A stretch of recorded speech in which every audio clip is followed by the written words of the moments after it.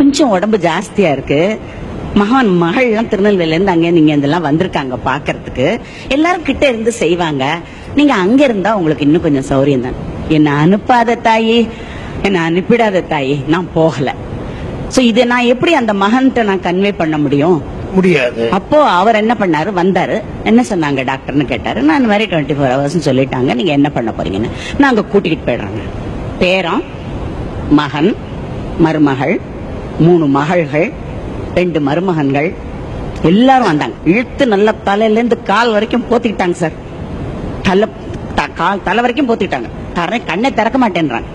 சரி, அதுக்கப்புறம் என்ன பண்ணாங்க, மகளும் மருமகளும் துளசி தண்ணி கொஞ்சம் ஊத்துறோம். ஊத்துங்க. துளசி தண்ணி ஊத்துறோம்னா வாயில ஊத்துறோம். கொஞ்சம் இது பண்ணுங்க, நீங்க அலோவ் பண்ணுங்க அப்படின்னு சொன்னாங்க. அலோவ் பண்ணுங்கன்னு உடனே நான் சொன்னேன், தாராளமா ஊத்தி பாருங்க. மருமக கெஞ்சுறாங்க.